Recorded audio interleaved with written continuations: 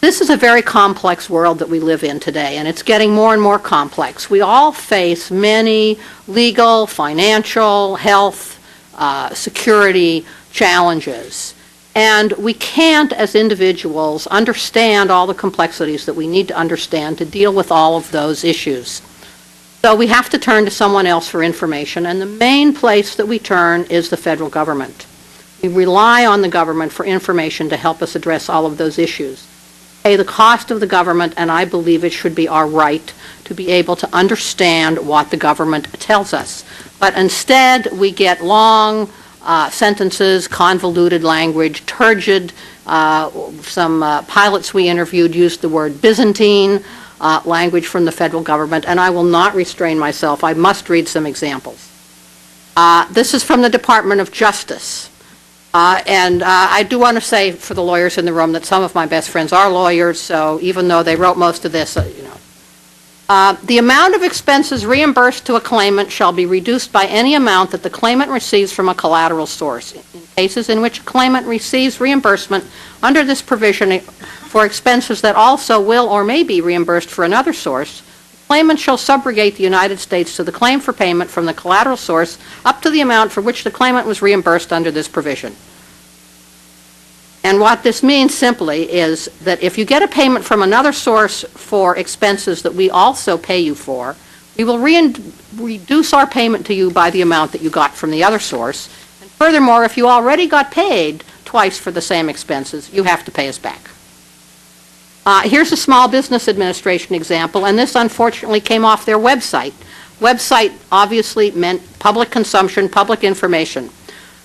7A loans are only available on a guarantee basis. This means they are provided by lenders who choose to structure their own loans by SBA's requirements and who apply and receive a guarantee from SBA on a portion of this loan. The SBA does not fully guarantee 7A loans. The lender and SBA share the risk that a borrower will not be able to repay the loan in full. The guarantee is a guarantee against payment default.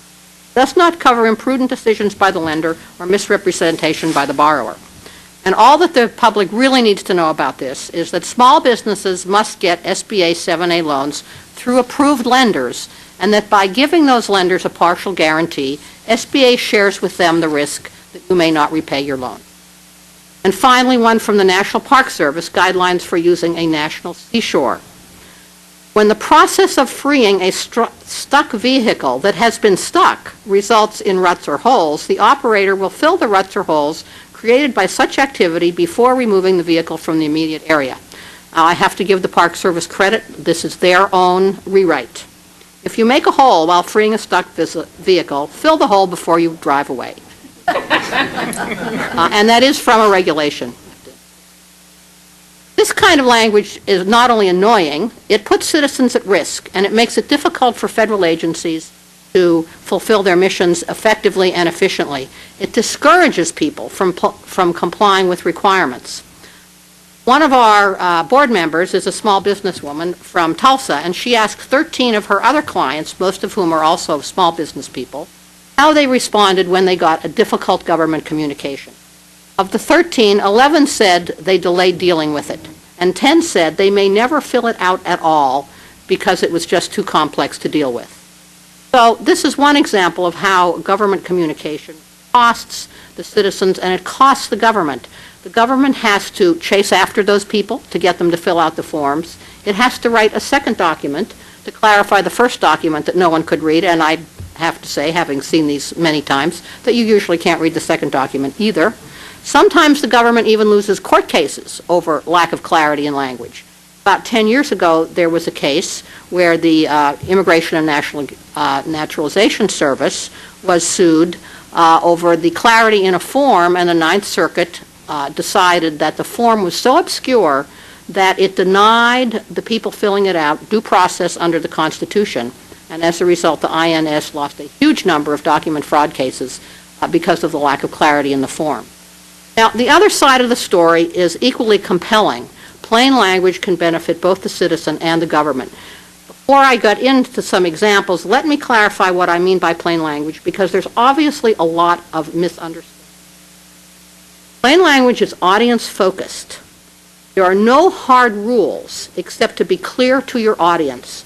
when someone says, if you use this plain language rule, such as the word you, you'll confuse people, that person does not know what plain language is. The only rule in plain language is to be clear to your intended audience.